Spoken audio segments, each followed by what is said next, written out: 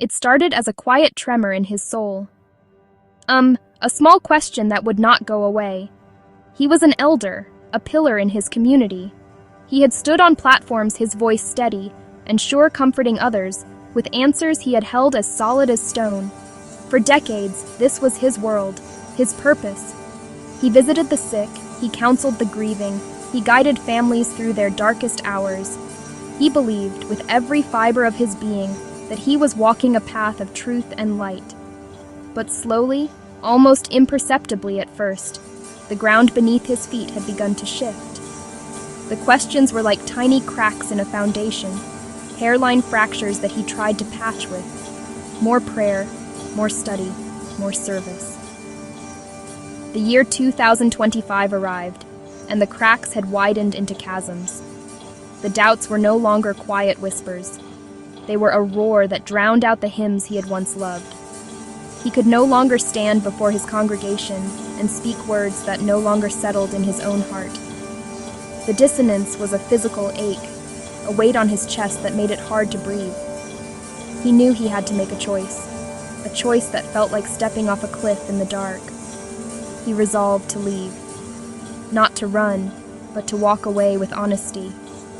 He believed a quiet exit was possible, a simple, respectful stepping down. His hand trembled as he reached for the doorknob of his old life, ready to turn it one last time. He imagined a peaceful parting of ways, a sad but understanding handshake. He had given so much of his life, so much of his heart to these people. They were his family, his friends, his entire social universe. Surely they would see the sincerity in his eyes, the pain of his decision. He did not want to cause harm. He only wanted to live in alignment with what he had come to believe was true for him. The resolve was there, a firm, hard kernel of certainty in a sea of fear. But as he prepared to speak his truth, he could not shake the feeling of dread. He was about to break a sacred trust, and he had no idea how deep the fallout would be. The moment he spoke the words, "I must step down," the air in the room grew cold. The initial reaction was not understanding, but shock. Then came the questions, sharp and probing, not from a place of curiosity, but of suspicion. It was as if his years of faithful service had evaporated in an instant. He was no longer a beloved brother, a respected elder. He was becoming something else, something dangerous. He saw the shift in their eyes, the drawing back, the walls going up. His hope for a quiet departure shattered. He realized then that leaving was not just a personal decision. In the eyes of his community, it was an act of rebellion, an act that had a name. There is a word that is sometimes used in faith communities. It can be wielded like a weapon.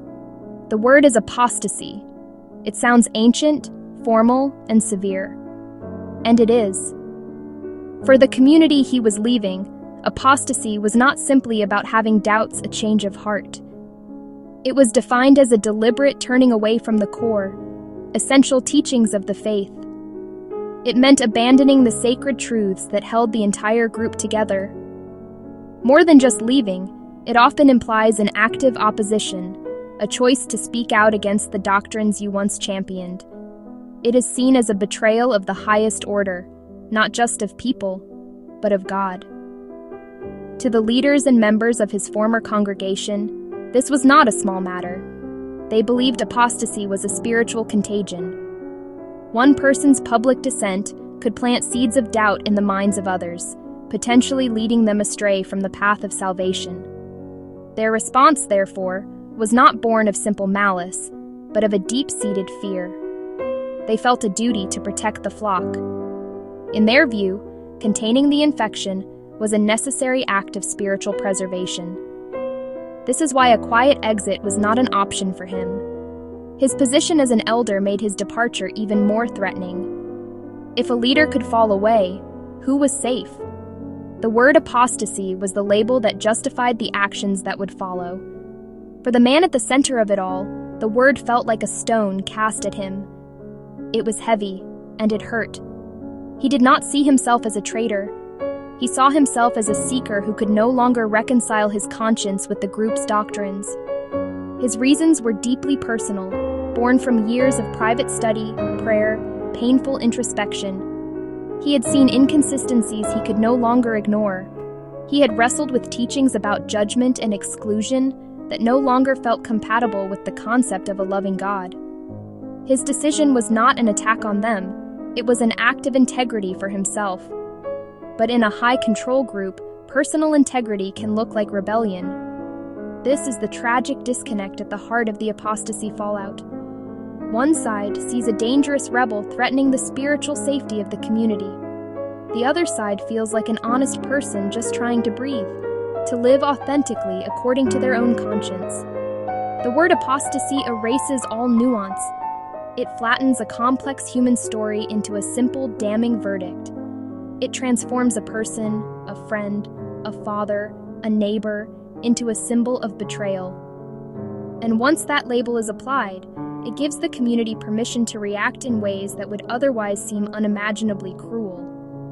It is the beginning of a process of separation and shunning. The news of his decision did not spread like a gentle ripple. It crashed like a tidal wave through the community. At first, there were whispers. Phone calls were made behind closed doors. People he had known his entire life would see him in the grocery store and quickly turn down another aisle. Their faces a mixture of pity and fear. The friends he and his wife had shared meals with for 2 decades suddenly stopped returning calls. Invitations to social gatherings ceased. An invisible wall went up, and he found himself on the other side of it, utterly alone in a town full of familiar faces. The silence was deafening, a constant reminder of his new status as an outcast. Then, the whispers turned into public pronouncements. From the platform where he once stood, his name was mentioned, not with kindness, but with a warning. He was described as a man who had been deceived, who had given in to pride, and who now posed a spiritual danger to everyone in the congregation. Members were instructed to have no association with him, a practice known as shunning. This was not merely a suggestion, it was a command, framed as a way to protect the spiritual purity of the community. And they claimed to perhaps shock him into coming to his senses and returning.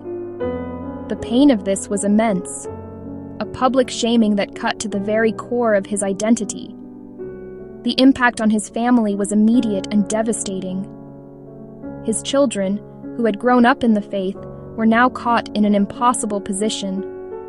Their friends were told not to speak to them. They were seen as contaminated by their father's sin. At school, they faced questions and cold shoulders from peers they had known their whole lives.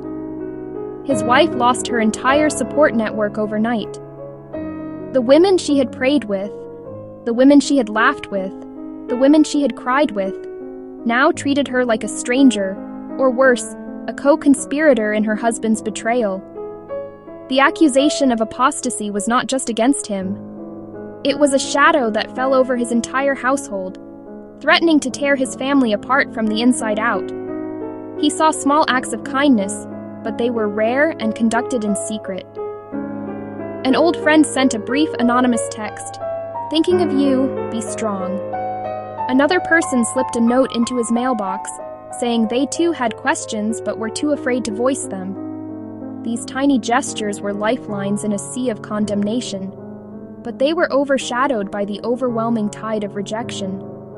He learned that the community he had served was not a community of unconditional love. Its love was conditional, predicated on conformity. The loss was not just of friends, but of a world.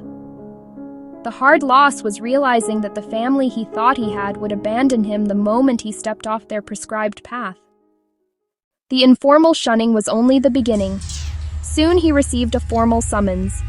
He was to appear before a committee of elders, the very men who were once his peers and friends, for a judicial hearing. The term itself was chilling. This was not to be a conversation or a gentle inquiry. It was a trial.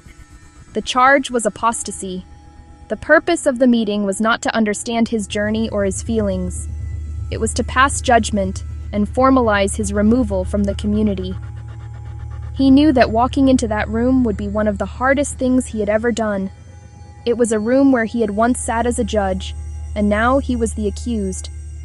He prepared as best he could, gathering his notes and the thoughts that had led him to his decision. But the moment he entered the room, he knew it was a futile exercise. The atmosphere was not one of dialogue, it was one of interrogation. The men across the table from him were not his friends anymore. They were prosecutors. They asked him a series of pointed questions designed to confirm his guilt.